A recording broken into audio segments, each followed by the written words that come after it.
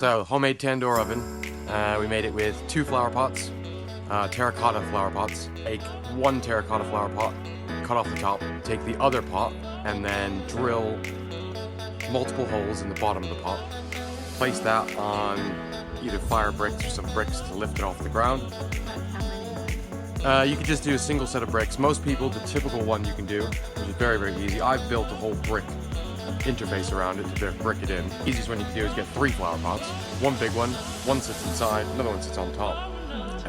Use the air hole at the bottom, you drill those holes, and that sits on bricks. You fill it with vermiculite or perlite, which is basically like an insulator, and light it, and it's ready to go. You have a vent. I have an air vent because if you did it typically with a flower pot, you just have air coming straight through the bottom hole from it. But because I've built it into this and bricked it in, bottom airway, and it creates basically a funnel and sends the heat up a funnel and gets the holes. The point is that the heat is not on the coals, it's actually Above the coals and cooking from the sides of the terracotta pot. That holds the heat and then radiates that heat, so you're getting all round cooking basically.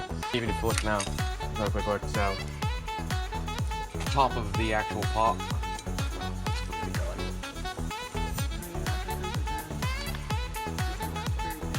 At the top of the pot, very, very lid, I'm getting over 500 degrees Fahrenheit. From Celsius, you're looking at 270 at the top. And down near the bottom, you're 350, 440, 400s. And tandoors are supposed to be cooking at around about 450.